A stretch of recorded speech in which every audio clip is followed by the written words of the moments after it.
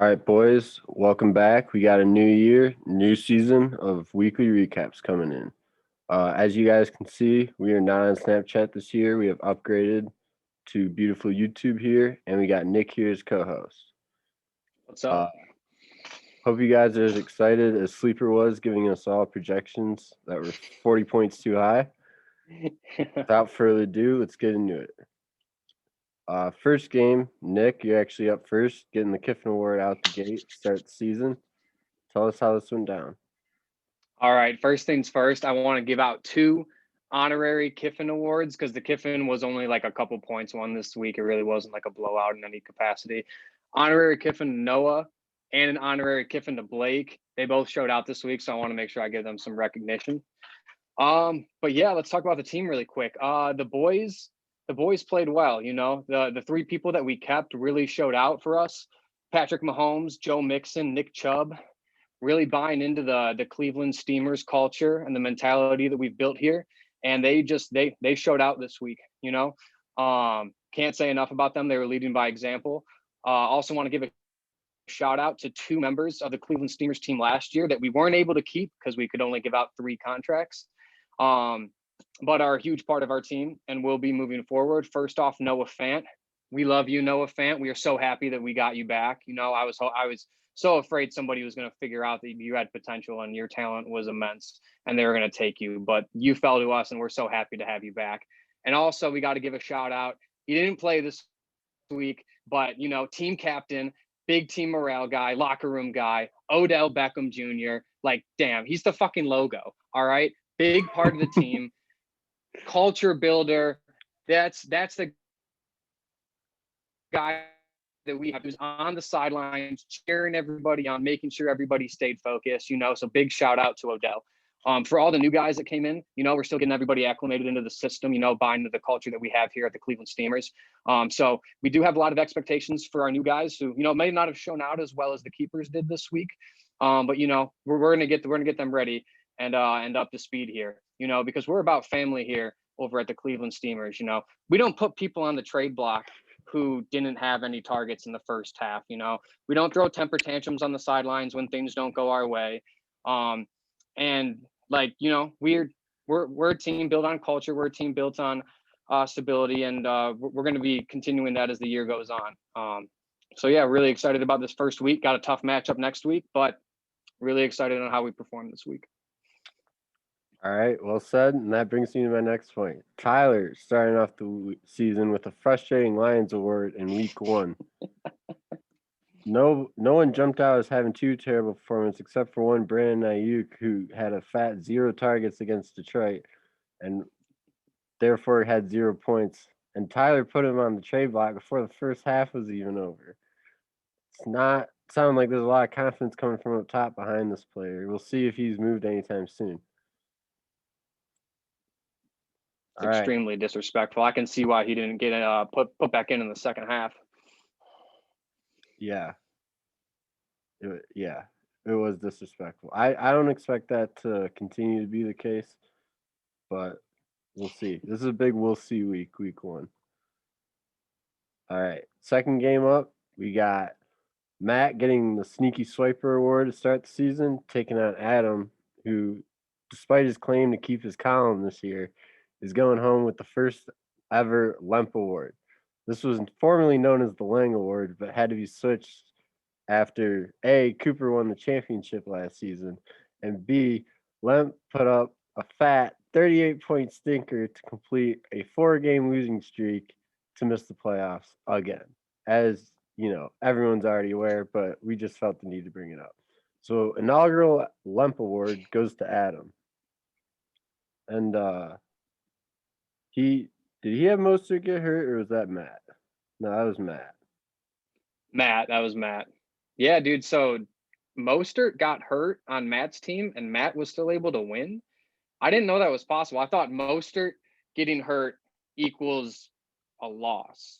Do I have that correct? I don't know, man. But like at the end of the day, I mean, I saw today Mostert's out for the rest of the season. So if Matt loses any more games, doesn't make the playoffs this year, he's got a built-in excuse, man. Because no Mostert. I mean, that's such a hit, man. I mean, I don't know how he can bounce back from that, but he was able to get the dub this week. So big props to you, Matt. You did the impossible. Yeah, Matt had a solid performance from the Steelers D, getting a nice 22 over Buffalo. That was a nice comeback win for them. Keeper quarterback Kyler Murray, 36. He's just a little lightning bug out there. I mean, he can really just go off for points. He only had 20 rushing yards this game, but like that dime pass he had to Christian Kirk was unbelievable. And then so Matt was in position, down only 7 with Darren Waller to go. Monday Night Football, easy 23. No real concerns going in. It's Darren Waller. You only need 7 points. And then Nick, how did our first overall draft pick Najee Harris do for our boy Adam here? 6.9 points. Hashtag nice. Nice. All right. Adam, hopefully your fortune can turn around. First ever limp forward. You hate to see it. You know what else you hate to see? This next game. Oh boy, I don't want to talk about this one. Oh my goodness, dude. All right. First off, last year there was some slight propaganda in these weekly recaps. I just want to make this claim right now. He says he's not going to do it, but just in the future, if it ever comes around, do not let Travis change this league to a best ball league. Oh, all right, we're not. Travis, we're not. If this was a best ball league, all right, if this was underdog fantasy, then the underdog would not have won in this case. Travis would have mopped the floor with them. Look at my bench here. Look at you hate to see it. Weren't you if you put your perfect lineup in 190 something points or something this week? Yeah, it was ridiculous. Something like that. Yeah.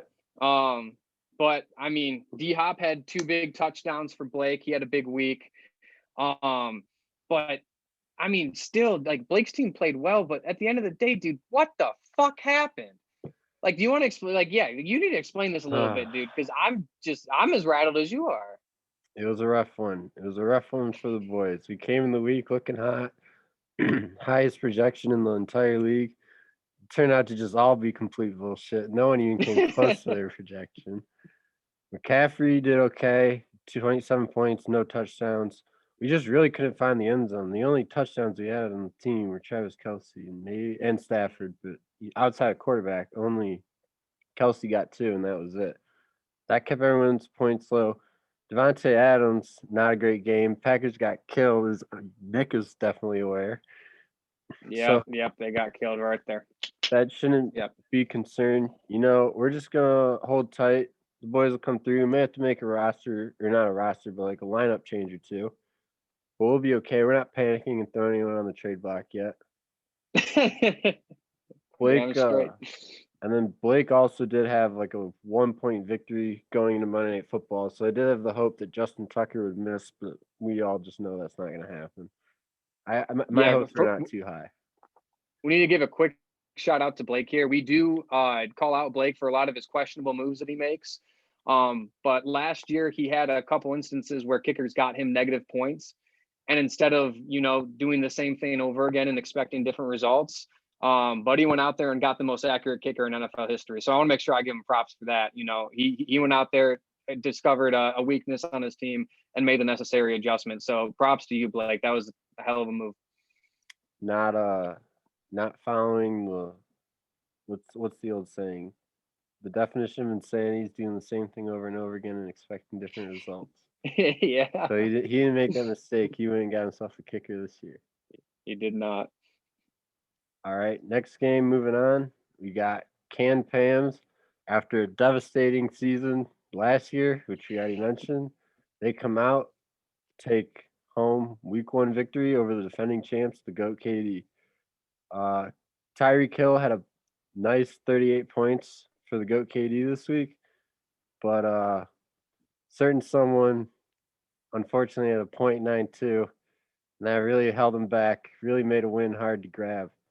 So, Nick, I got to ask, is Rodgers washed? I'm going to pose that question to you in 1 second here. All right. Just a quick reminder to everybody. There are very few rules within this league. You can pretty much say and do whatever you want. All right.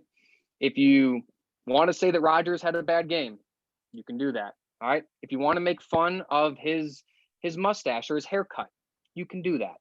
If you want to make fun of the way that he's just like this super zen like monk guy now, you can do that. All right, you can do pretty much whatever you want.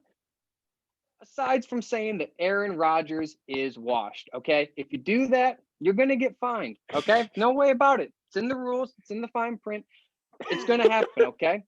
Coop, you're kind of teetering the line here, buddy. All right, you have a wedding coming up. All right, there's a lot of opportunities for me to short you $6 if you don't want to pay my fine, okay? It's gonna be a hard one to explain to Abby, Mister. Oh, I can't be paying for this right now because I got a wedding expense. All right, if you got to go and be getting that permission slip signed one of these days and being like, oh yes, we also got to pay Nick $6 because I couldn't shut my goddamn mouth. All right. So Travis, I want to pose a question to you: is Aaron Rodgers washed? I would say no.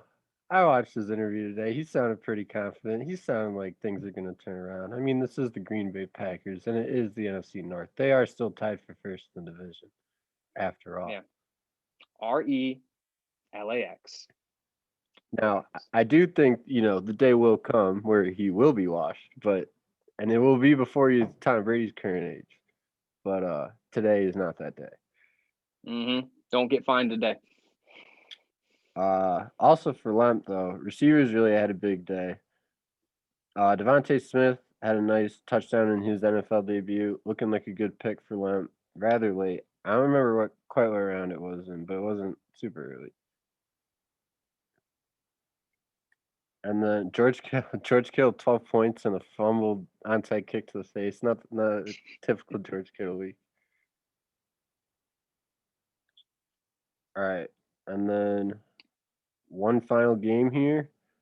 We got DeezeNuts nearly taking home the Kiffin Award this week, but not quite coming to fruition.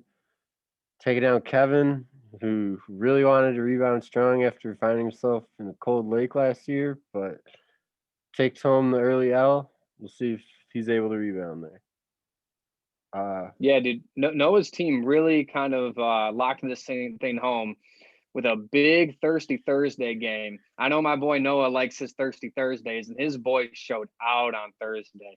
You got Amari Cooper, Chris Godwin, and Dak Prescott in the NFL kickoff game, all just absolutely balling out, dude. Like, I mean, pretty much after Thursday night, you could put a bow and wrap this one up. Like, it was pretty much over at that point.